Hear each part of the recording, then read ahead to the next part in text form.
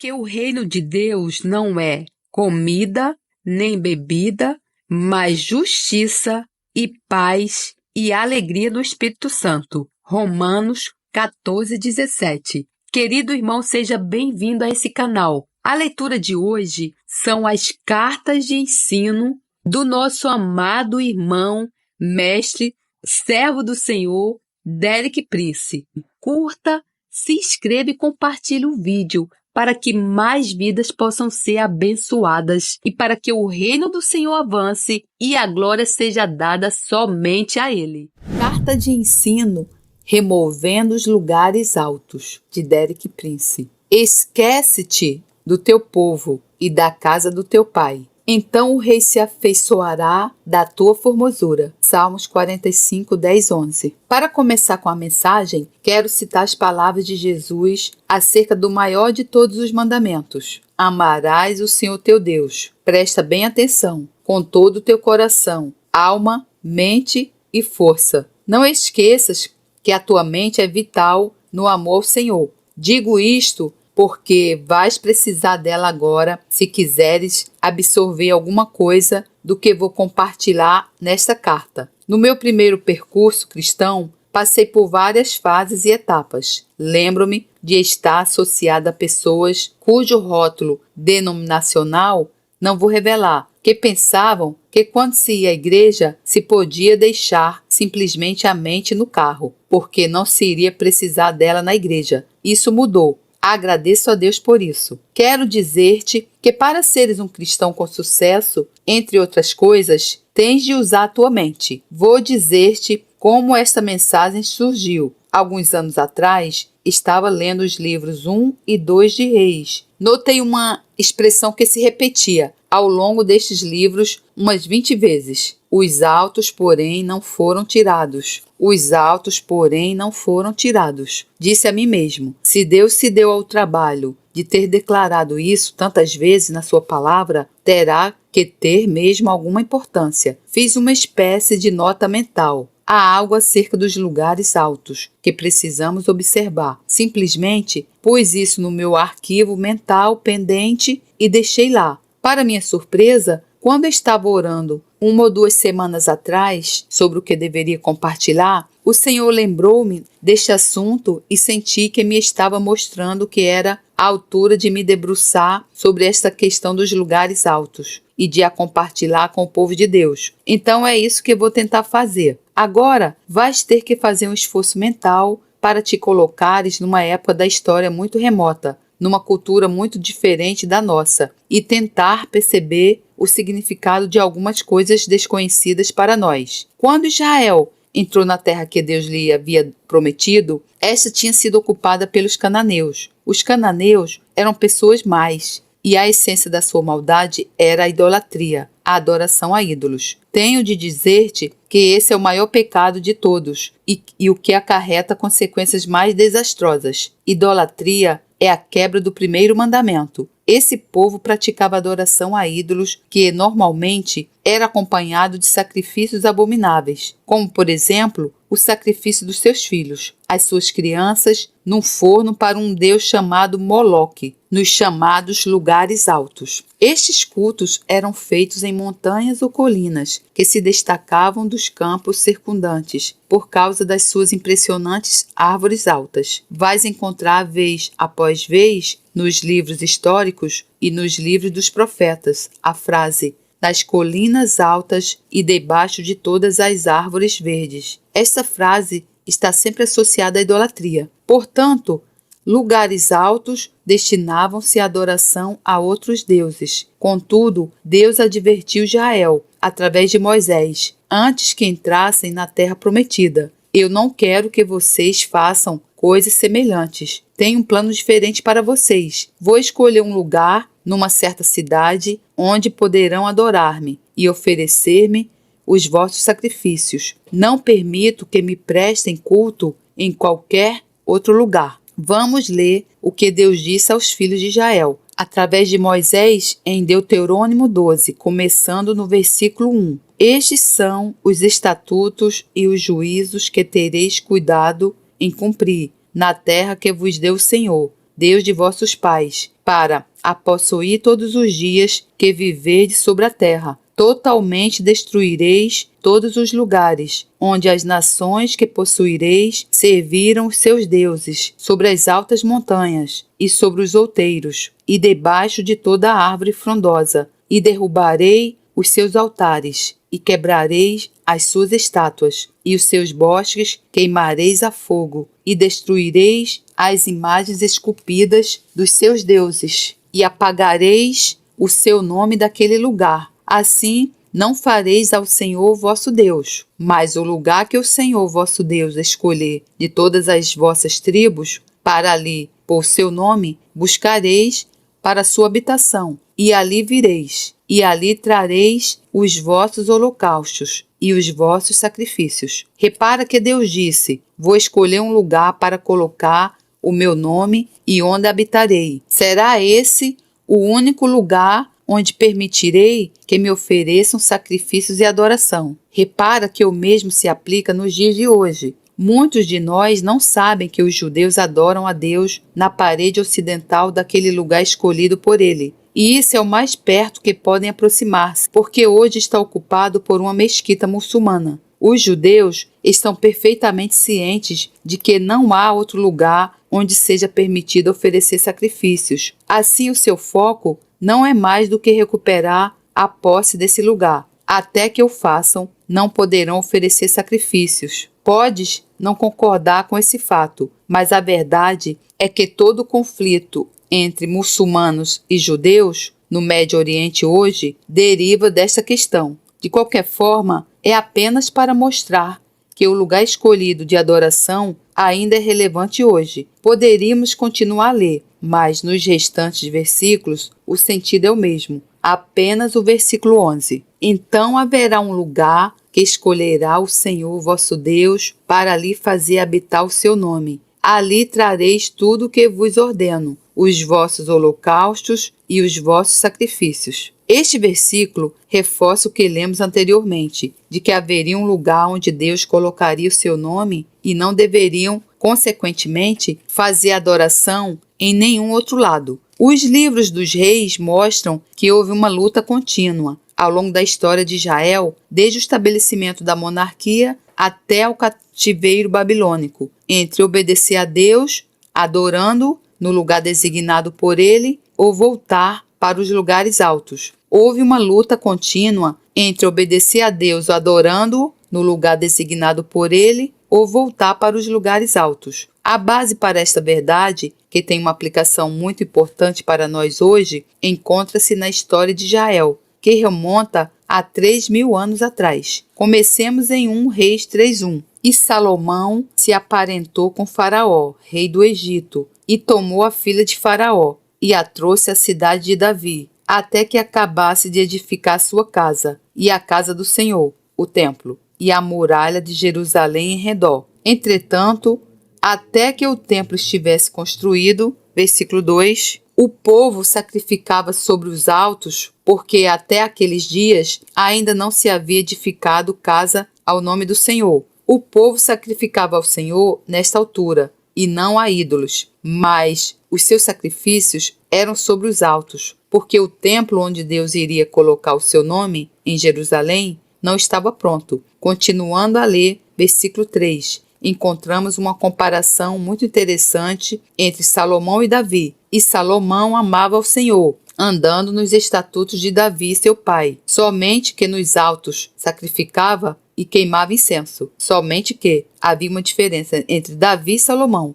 Davi nunca sacrificou nos altos, Salomão sim. E em certo sentido, essa foi a fraqueza que levou à queda de Salomão. Vejamos o lugar que Salomão escolheu quando foi eleito rei, e o local escolhido por Davi. 2 Crônicas 1, 3, 4. E foi Salomão e toda a congregação com ele, ao alto que estava em Gibeon, porque ali estava a tenda da congregação de Deus, o tabernáculo de Moisés, que Moisés, servo do Senhor, tinha feito no deserto. Gibeon não era Jerusalém, versículo 4. Mas Davi tinha feito subir a arca de Deus de Quiriate Jearim ao lugar que lhe preparara, porque ele tinha armado uma tenda em Jerusalém. vez, Salomão adorou em Gibeon, Davi em Jerusalém. Davi compreendeu o fato de que Deus queria que Jerusalém fosse o lugar de adoração. E quando recuperou a arca dos filisteus, não a levou a Gibeon,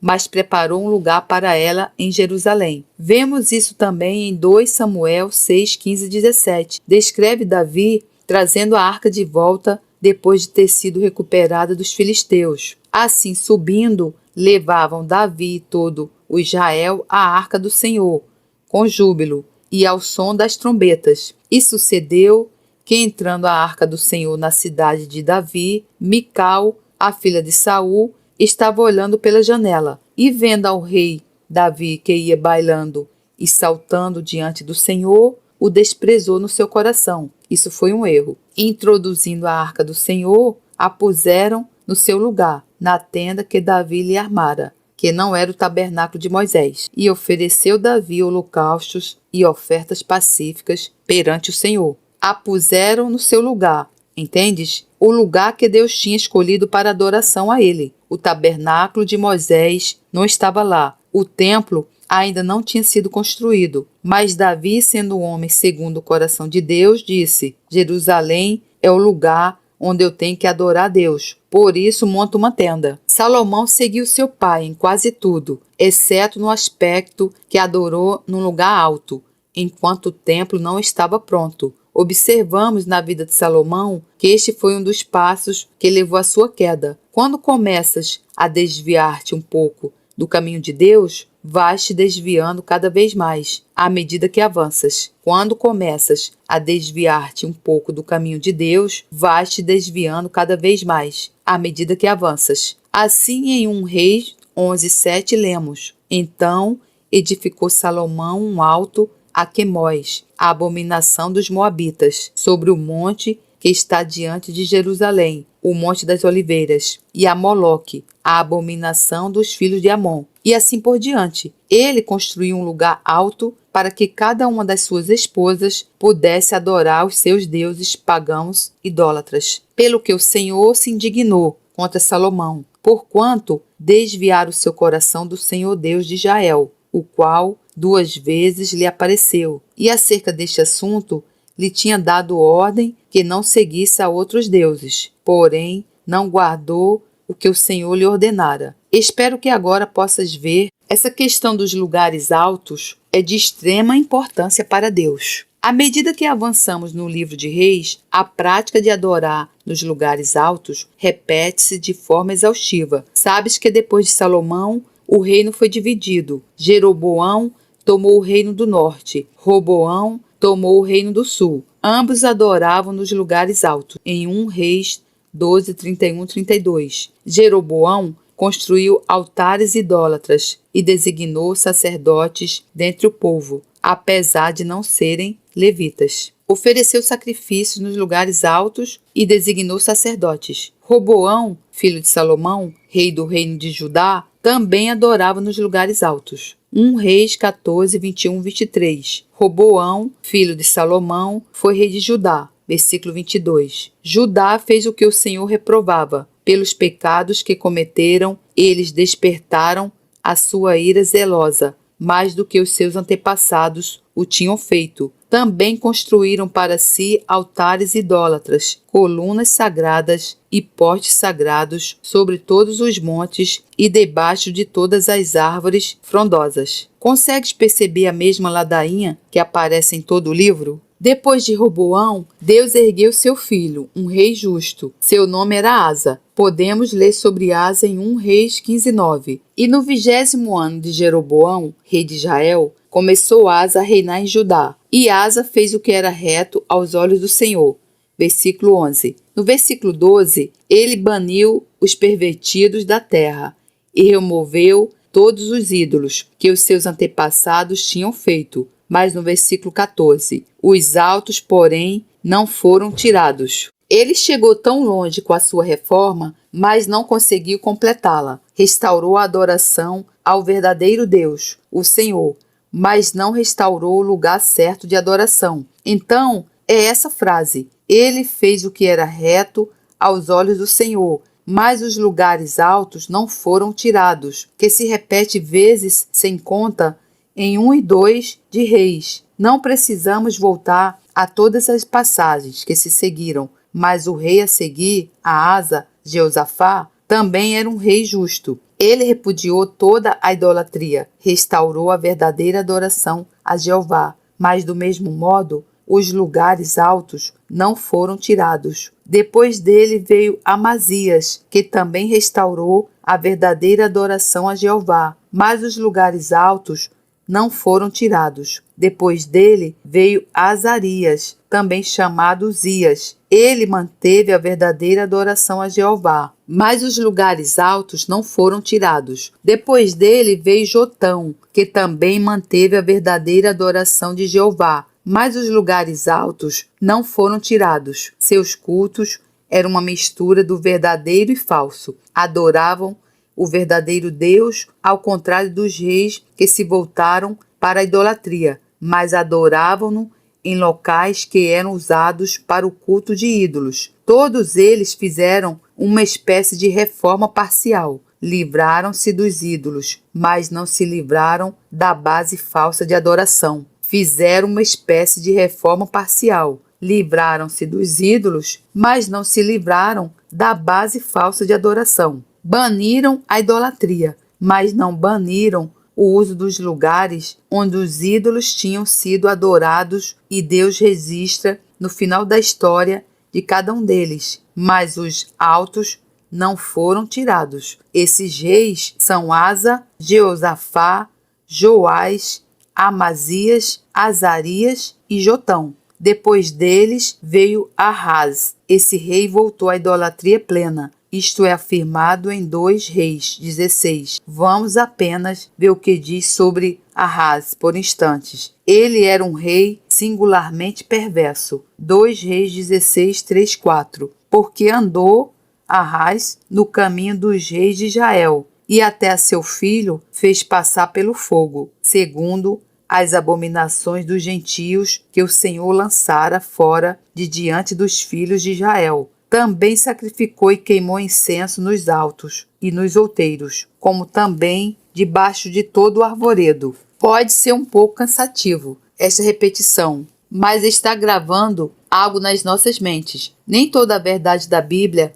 é apresentada em declarações simples e categóricas. Muitas verdades da Bíblia estão contidas em padrões que são repetidos vezes sem conta. Deus leva-nos a tirar a lição deles. Então, quanto ao reino do norte, o capítulo 17 de 2 Reis resume todos os pecados responsáveis pela sua entrada em cativeiro através dos assírios. Vamos apenas ler parte do que diz em 2 Reis 17, 9 e 11. E os filhos de Israel, reino do norte, fizeram secretamente coisas que não eram retas contra o Senhor seu Deus, e edificaram altos em todas as suas cidades, desde a torre dos atalaias até a cidade fortificada, e levantaram para si estátuas e imagens do bosque, em todos os altos outeiros, e debaixo de todas as árvores verdes, e queimaram ali incenso em todos os altos, como as nações que o Senhor expulsara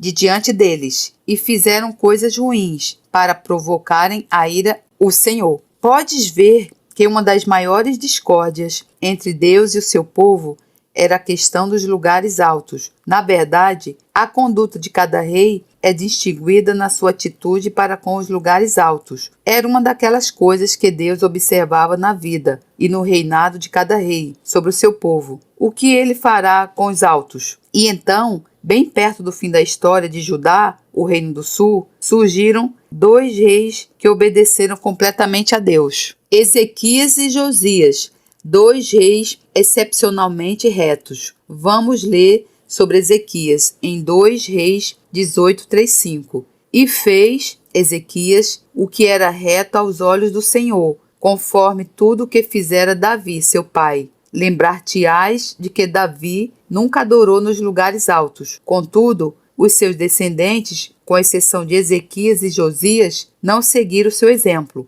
Ele, Ezequias, tirou os altos, quebrou as estátuas, deitou abaixo os bosques e fez em pedaços a serpente de metal que Moisés fizera. Versículo 5. No Senhor Deus de Israel confiou, de maneira que depois dele não houve quem lhe fosse semelhante entre todos os reis de Judá, nem entre os que foram antes dele. Qual era a característica distintiva de Ezequias? O que lhe valeu esse elogio particular nas Escrituras? Foi o fato de ter lidado com os lugares altos. Bem, Ezequias teve um filho, que foi um desastre, talvez o mais ímpio de todos, os reis de Judá, Manassés. Aliás, vais lembrar-te que Ezequias teve a sua vida prolongada 15 anos, milagrosamente, em resposta à sua oração. E quando ele morreu, o seu filho Manassés tinha 12 anos. Manassés nasceu naqueles 15 anos extras. Isso ensina-nos que se Deus nos dá tempo extra, é melhor ter cuidado com o que fazemos com ele. Às vezes, pergunto a mim próprio, se Ezequias tivesse tido a escolha novamente, será que teria pedido aqueles 15 anos a mais? Porque se ele não tivesse vivido os tais 15 anos, não teria tido Manassés. Agora,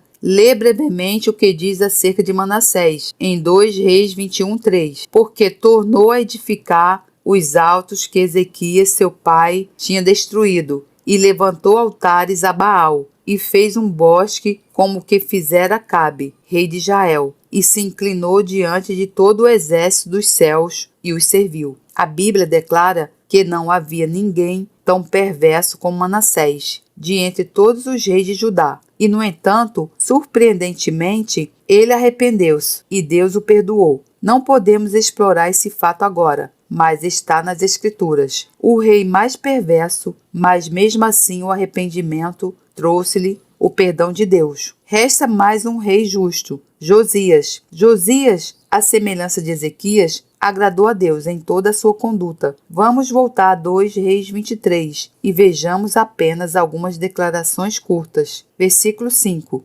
Também destituiu os sacerdotes que os reis de Judá estabeleceram para incensarem sobre os altos nas cidades de Judá. Versículo 8. E a todos os sacerdotes trouxe das cidades de Judá e profanou os altos, em que os sacerdotes queimavam incenso. Versículo 13. O rei profanou também os altos que estavam defronte de Jerusalém. Ele estava em guerra com os lugares altos. Versículo 15. E também o altar que estava em Betel, e o alto que fez Jeroboão, filho de Nebate, com que tinha feito Israel pecar. Esse altar derrubou juntamente com o alto. Não precisamos ler mais. Entendes o que o distingue dos outros? O que o marcou como um rei justo? Foi o fato de que ele lidou com os lugares altos. A maioria dos reis de Judá, embora adorasse o verdadeiro Deus, não acabou com os lugares idólatras de adoração. Eles permitiram que o povo adorasse o verdadeiro Deus, mas na base errada, nos locais errados. Tudo isso faz parte da história de Israel. Será que tem alguma analogia para nós que somos cristãos nos dias de hoje? Eu acredito que sim.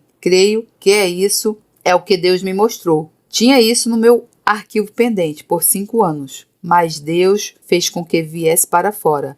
A questão é, em que base podemos adorar o Deus verdadeiro de forma aceitável? Como devemos ir até Ele? Qual é o local de adoração? Seremos como os israelitas que adoraram o Deus verdadeiro em lugares idólatras? Ou será que seremos como Davi, Ezequias e Josias, que desprezaram os altos e adoraram a Deus somente na base que Deus decretou? A questão fundamental é: qual é a base de adoração que é aceitável a Deus de acordo com o Novo Testamento? Por outras palavras, o que no Novo Testamento corresponde a adorar a Deus no lugar designado por Ele? Onde é a nossa Jerusalém? Creio que a resposta é encontrada num único versículo, em Mateus 18:20. Porque onde estiverem 2 ou 3 reunidos em meu nome, aí estou eu no meio deles. Agora, aqui é onde a questão dos lugares altos que vimos na história dos israelitas se começa a aplicar nas nossas vidas. Quero dar uma tradução mais literal de Mateus 18:20. A expressão estiverem reunidos, traduzir literalmente, significa forem guiados a juntarem-se. O versículo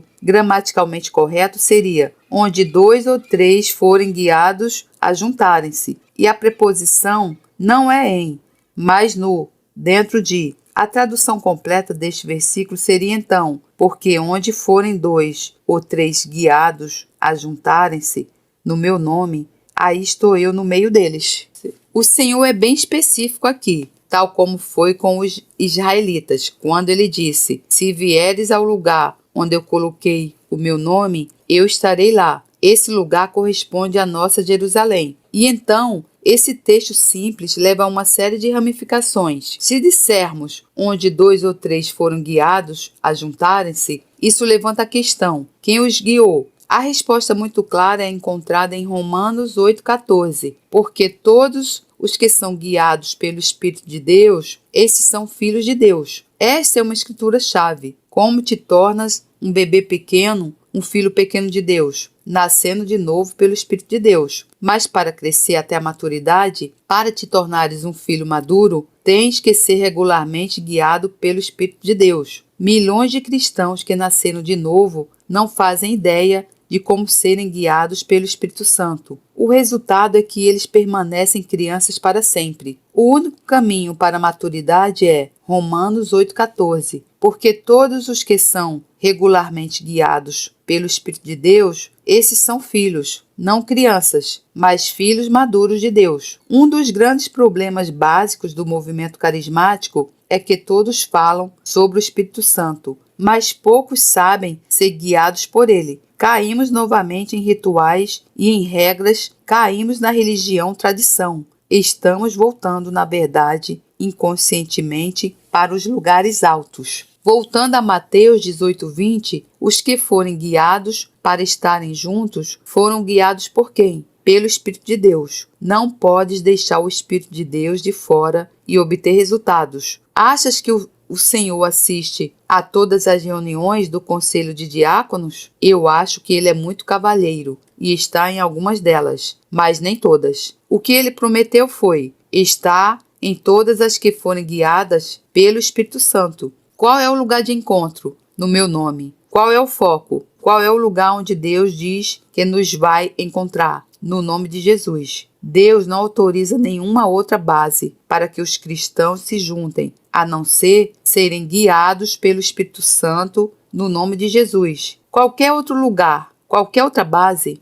é um lugar alto. Deus não autoriza nenhuma outra base para que os cristãos se juntem, a não ser serem guiados pelo Espírito Santo no nome de Jesus. Qualquer outro lugar, qualquer outra base é um lugar alto. A igreja tem tido muitas reformas, mas tal como as reformas dos reis de Judá, a maioria delas nunca lidou com o lugar alto, a base do nosso encontro. E assim temos historicamente várias outras bases de encontro que, ao meu ver, são lugares altos. Vou referir 3 delas. Número 1, a base da nacionalidade. Como rapaz, cresci na igreja da Inglaterra, que é a igreja estatal da Grã-Bretanha. As nações escandinavas, Dinamarca, Suécia, Noruega e Finlândia, também têm uma igreja estatal. Mas não há nada no Novo Testamento que autorize uma igreja a se reunir baseada na nacionalidade. É antibíblico.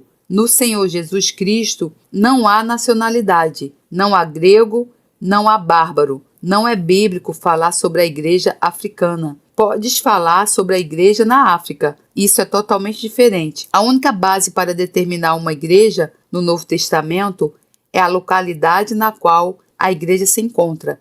A igreja em Corinto, a igreja em Éfeso, a igreja em Tessalônica. Nunca Paulo ou qualquer um dos outros escritores do Novo Testamento especificaram uma igreja baseada em pertencer a uma determinada nação. A igreja americana é um conceito não bíblico. O correto será a igreja que está na América. Essa igreja pode conter pessoas de várias nacionalidades, zulus, russos, chineses. Por questão da língua, poderão ter de formar igrejas específicas. Número 2. A base doutrinária. Nesta base, os cristãos reúnem-se porque estão de acordo com certas doutrinas. Batismo por imersão, batismo no Espírito Santo, falar em línguas. De modo que é nesta base que surgem as várias denominações, não apoiadas pelas Escrituras. Paulo nunca escreveu à Igreja Batista em Corinto: nem a igreja pentecostal em Filipos. Supondo que, se Paulo escrevesse à igreja em Lisboa, onde seria entregue a carta? Número 3. A base de lealdade a um líder humano. Nesta base, a igreja reúne-se seguindo um homem. Exemplos óbvios são a igreja luterana, a igreja menonita, a igreja wesleyana. Graças a Deus por grandes homens de Deus, mas não encontramos autorização no Novo Testamento para nos reunirmos com base na filiação a um líder humano. De fato, Paulo descartou essa possibilidade. Ele disse: ou fostes vós batizados em nome de Paulo? 1 Coríntios 1,13. Só existe um nome no qual se é batizado. É no nome de Jesus o Cristo. Assim, estas 3 bases mostram que os lugares altos continuam a ser uma realidade nos dias de hoje. Pessoalmente, creio que Deus anseia por uma reforma da igreja que retirará os lugares altos. Se entendi bem a revelação das Escrituras, estes lugares altos continuam a provocar Deus, tal como ele foi provocado pelos reis de Judá, que o adoravam, mas que nunca removeram os lugares altos. Penso que Deus não rejeita a nossa adoração, se nos encontrarmos como luteranos ou menonitas, ou batistas ou pentecostais, mas isso provoca-o. Não é o que ele quer. Ele está esperando que o lugar alto seja removido. Deixa-me transmitir-te algumas consequentes verdades acerca disso. Em primeiro lugar, se voltares a Atos 15, vês lá um famoso encontro realizado em Jerusalém para decidir o que a igreja deveria fazer com os gentios que se tornaram crentes. Hoje o problema é ao contrário. As Assembleias de Deus reuniram-se para decidirem o que fazer com as Assembleias Messiânicas. Poderiam ser aceites? E, eventualmente, um dos líderes levantou-se e disse: irmãos, eles nos aceitaram, nós temos que aceitá-los. Vês como a história deu a volta? Dessa reunião em Jerusalém, chegou-se a uma conclusão, por Tiago citando Amós. Atos 15, começando no versículo 13. E havendo-se eles calado, tomou Tiago a palavra, dizendo: homens, irmãos, ouvi-me. Ele não era propriamente modesto. Ele sabia que tinha algo de Deus. Simão, que é Pedro, relatou como primeiramente Deus visitou os gentios para tomar deles um povo para o seu nome. E com isto concordaram as palavras dos profetas, como está escrito. Aqui ele está citando Amós. Depois disto, voltarei e reedificarei o tabernáculo de Davi, que está caído. Levantá-lo-ei das suas ruínas e tornarei a edificá-lo, para que o restante dos homens busque ao Senhor, e todos os gentios sobre os quais o meu nome é invocado, diz o Senhor, que faz todas essas coisas. Qual é então a base bíblica, o lugar indicado por Deus para a igreja de hoje se reunir? Repara que no versículo que acabamos de ler, a declaração central é: depois disto voltarei e reedificarei o tabernáculo de Davi. Não o tabernáculo de Moisés, não o templo de Salomão, mas o tabernáculo de Davi. Onde foi construído o tabernáculo de Davi? Em Jerusalém, o lugar que Deus tinha escolhido para colocar o seu nome. Isso é realmente, se é que se pode dizer assim, a base bíblica para toda a era da igreja dos gentios. É a reconstrução do tabernáculo de Davi. Poderia abordar mais aspectos de distinção entre o tabernáculo de Moisés, o templo de Salomão e o tabernáculo de Davi. Mas para nós gentios, e o nosso estudo agora, importa nos debruçar sobre o sítio apontado por Deus. Nesta era, onde é que Deus escolheu colocar o seu nome? Em que edifício? Em nenhum edifício. Em que denominação? Em nenhuma denominação. Onde então? Onde devemos reconstruir o tabernáculo de Davi? A nossa Jerusalém não é um edifício ou uma denominação, mas sim uma pessoa, Jesus. Onde estamos autorizados a reunir-nos? No nome de Jesus, em torno da pessoa invisível de Jesus, que nos encontra quando somos guiados pelo Espírito Santo de Deus no seu nome. Nunca deixemos de lado o Espírito Santo. Estranhamente, um dos grandes pecados do movimento carismático é desprezar o Espírito Santo. Conversamos muito sobre ele e o ignoramos. Não lhe damos praticamente nenhuma oportunidade de nos guiar ou de nos ensinar. Avançamos com os nossos rituais, performances, programas, e se o Espírito Santo tiver uma ideia diferente, ele não tem como nos transmitir. Uma vez, ouvi um jovem dizer: eu comecei uma igreja. Eu estremeci. Você começou uma igreja. Você, pequeno pateta. Você, presunçoso.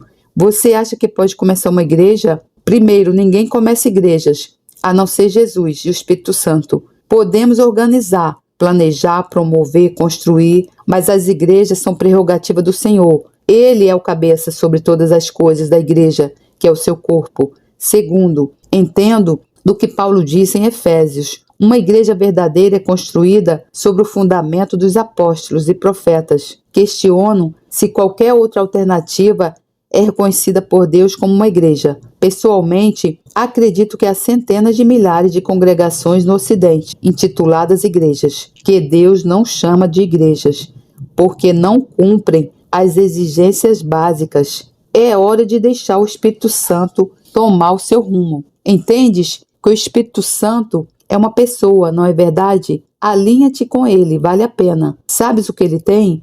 Ele tem a chave para o armazém de Deus. Toda a riqueza de Deus, Pai e Deus Filho, é administrada pelo Espírito Santo. Pode ser um filho de Deus e viver como um mendigo, até que fiques íntimo do Espírito Santo. Ele é muito sensível, é como uma pomba.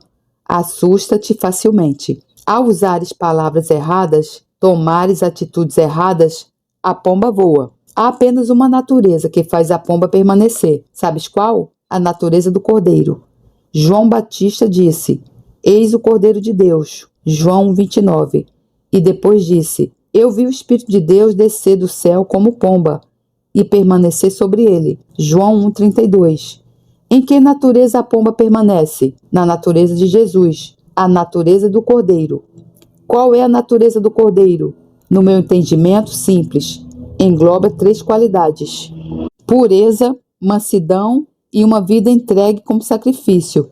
É aí que o Espírito Santo permanecerá. Pode ser tocado pelo Espírito Santo e estar longe dele 10 minutos depois, porque ele é exigente sobre onde habitar. Jesus disse: todos os que forem guiados pelo Espírito Santo no meu nome podem contar com a minha presença, mas se não cumprirem as condições, não terei nenhum compromisso com eles. O lugar de encontro não é acreditarmos no batismo do Espírito Santo, evidenciado pelo falar em línguas. Não é acreditarmos no batismo na água, nem é seguirmos o Lutero ou qualquer homem, mas o lugar de encontro é no nome de Jesus.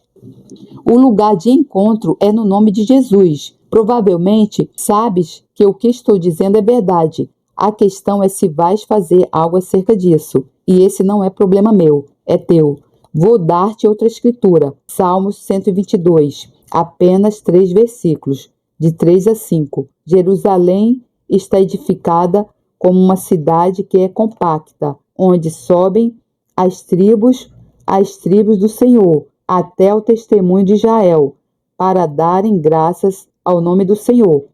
Vês o que torna Jerusalém significativo? É o lugar onde o Senhor colocou seu nome. E quando as tribos de Israel foram 3 vezes por ano, como Deus ordenou, à cidade de Jerusalém, estavam testemunhando: o Senhor é nosso Deus. O Senhor que habita em Jerusalém, o Senhor que pôs o seu nome em Jerusalém, é o nosso Deus. É por isso que todos nós vamos, quer sejamos de Benjamim, ou Manassés, ou Efraim, isso não tem importância. O importante é onde vamos. O que é importante é o lugar onde nos encontramos. Esse é o lugar onde o Senhor colocou seu nome. Isso é verdade hoje. Quando o povo de Deus se une no nome do Senhor, esse é o testemunho de quem é o seu Deus. Quando o povo de Deus se reúne no nome do Senhor, esse é o testemunho de quem é o seu Deus. Vou dar-te apenas alguns outros comentários e vou terminar. Há algum tempo foi escrito um livro que teve um tremendo impacto, porque foi oportunamente chamado Raízes. Ele fez realmente com que muitas pessoas começassem a pensar sobre as suas raízes. Há um desejo geral de saber de onde vimos, onde estão as nossas raízes. Acho que Deus colocou isso em nós. Parece-me que um dos grandes problemas das multidões de jovens contemporâneos é que eles não têm raízes. Estes jovens realmente não sabem onde se encaixam, onde pertencem, de onde vieram. Mas nós cristãos deveríamos saber que as nossas raízes são boas. É bom voltar para o Wesley, ou Lutero, ou Calvino, ou quem quer que seja.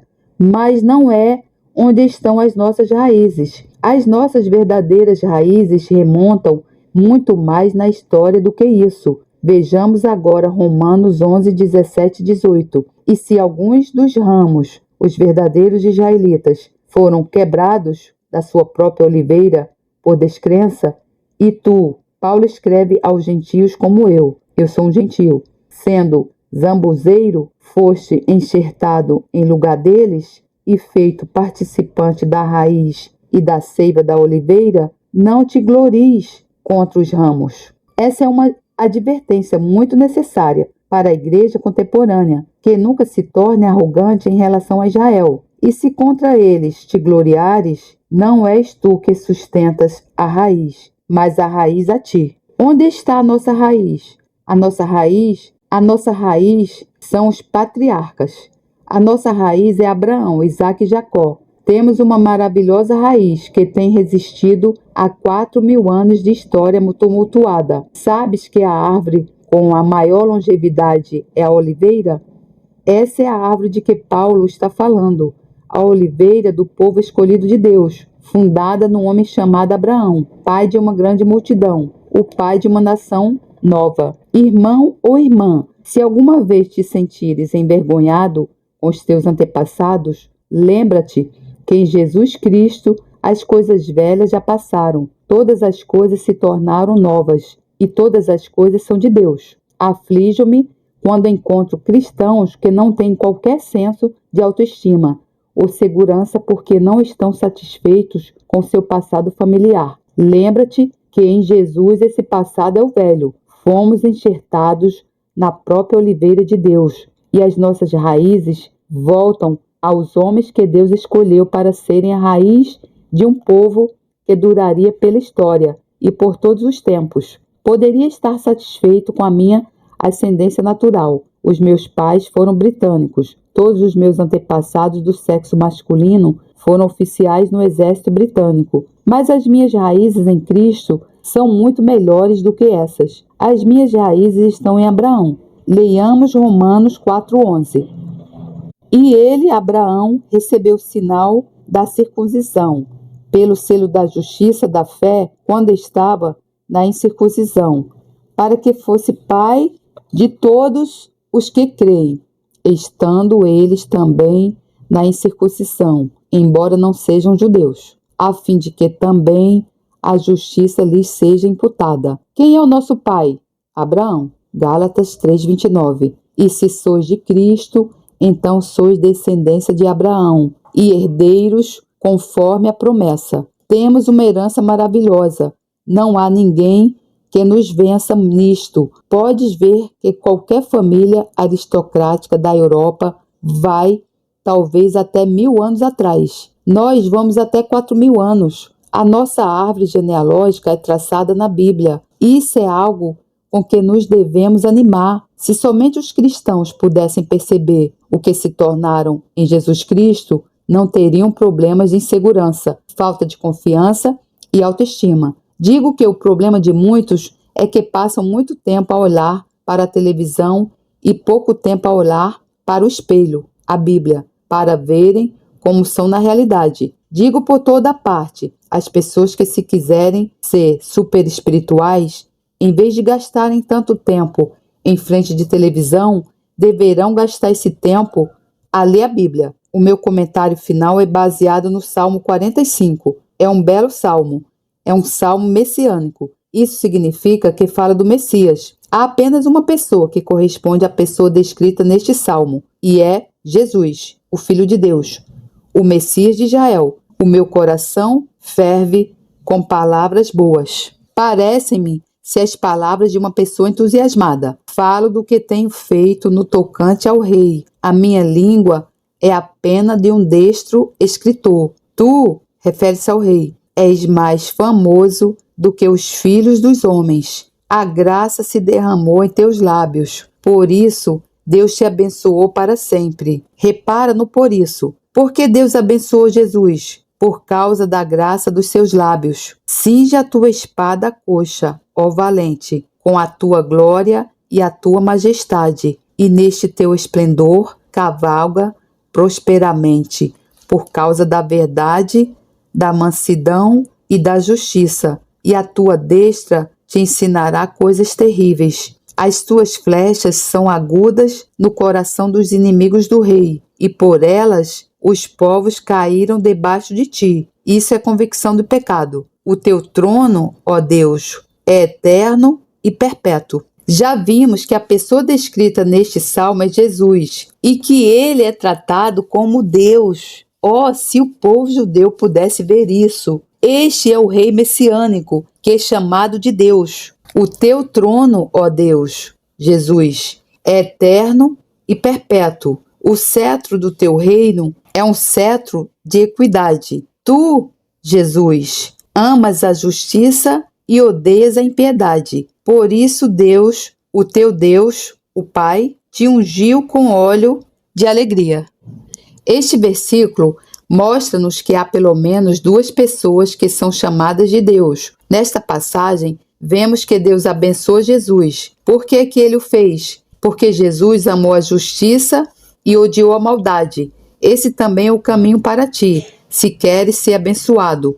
Não há outro. Por isso, Deus, o teu Deus, te ungiu com óleo de alegria, mais do que a teus companheiros. Todas as tuas vestes cheiram a mirra e aloés e cássia. Já alguma vez te apercebeste da fragrância de Deus? Desde os palácios de marfim, de onde te alegram, repara bem, pois era aqui que queríamos chegar. As filhas dos reis estavam entre as tuas ilustres mulheres, à tua direita. Era esse o lugar correto numa cerimônia de casamento judeu. Estava a rainha ornada de finíssimo ouro de Ofir. Quem é a rainha? A noiva. A igreja. Somos nós, se perseverarmos até o fim. Agora segue o conselho para ela. Ouve, filha, e olha, e inclina os teus ouvidos. Esquece-te do teu povo e da casa do teu pai. Esquece de onde vieste, confirmando o que tenho transmitido até aqui. Este versículo aconselha a rainha, a igreja, nós, a não ficarmos presos na nossa nacionalidade, denominação ou origem. Para nos qualificarmos como rainha, temos de deixar todos estes lugares altos. Esquece de onde vieste, não fiques preso na tua nacionalidade, na tua denominação, na tua origem. Para nos qualificarmos como rainha, temos de deixar tudo isso. Esquece-te do teu povo e da casa do teu pai. Então o rei se afeiçoará da tua formosura, pois ele é teu Senhor. Adora-o. Só seremos essa rainha que Jesus quer que sejamos se de fato esquecermos do nosso povo e da casa do nosso pai. Lembro-me quando Deus me chamou, quando ainda era um jovem de cerca de 30 anos. Estava no que era então a Palestina. Tinha o direito de o exército britânico me mandar de volta para a Grã-Bretanha. Já estava fora da minha pátria há 4 anos e meio, mas Deus chamou-me para ficar naquela terra e servi-lo. Naquela altura, estava dividido entre voltar a casa e ver os meus pais, despedir-me do meu avô, que estava a morrer, ou obedecer à chamada de Deus. Essa foi uma das escrituras que Deus me deu através de um irmão naquela época. Esquece-te do teu povo e da casa do teu pai. Então o rei se afeiçoará da tua formosura. Recusei o direito que me assistia de voltar à Grã-Bretanha. Renunciei a todos os privilégios que a minha profissão secular em Cambridge me oferecia. Esqueci o meu passado. Poderia ter voltado para Cambridge e ter sido professor lá, até hoje. Uma posição muito honrada e digna no mundo acadêmico. Mas esqueci o meu passado. Esqueci os meus pais. Fora enxertado noutra linha. Agora tenho novas raízes e estou orgulhoso delas. Temos uma promessa neste salmo. Não vamos ler todo. No versículo 16, penso que foi dirigido à rainha, à igreja. Em lugar de teus pais estarão teus filhos. deles farás príncipes sobre toda a terra. Não vamos preocupar-nos tanto com o passado, não vamos estar tão preocupados com o que diria ser história eclesiástica, porque se esquecermos os nossos pais, Deus nos dará filhos que se tornarão príncipes, governadores de Deus em toda a terra. É hora de tomarmos uma decisão. Vamos ficar com os lugares altos? Vamos manter os lugares de culto, que são essencialmente denominacionais? Vamos ficar amarrados a isso para sempre? Ou vamos destruir os lugares altos e dizer que é apenas uma forma de congregar aceitável a Deus, a de sermos guiados pelo Espírito de Deus no nome de Jesus? Sabes o que isso faz? Isso honra o Espírito Santo, honra Jesus e honra a Deus, o Pai. Quando nos encontramos em qualquer outra base, apesar de Deus ser misericordioso, paciente, assim como foi com os reis que adoraram nos lugares altos, sempre esteve ansiando por alguém que fosse avante com a reforma e removesse os lugares altos. Pessoalmente, acredito que esta é a mensagem para a igreja de hoje. Chegamos tão longe, mas alguns de nós voltaram ao denominacionalismo. Essa não é a vontade de Deus. A sua vontade é remover os lugares altos. Esquece-te do teu povo e da casa do teu pai. Então o rei se afeiçoará da tua formosura. Glória a Deus, louvado seja o Senhor, que a graça do Senhor Jesus Cristo, o amor de Deus e a comunhão do Santo Espírito estejam com vocês. Amém. Deus lhe abençoe.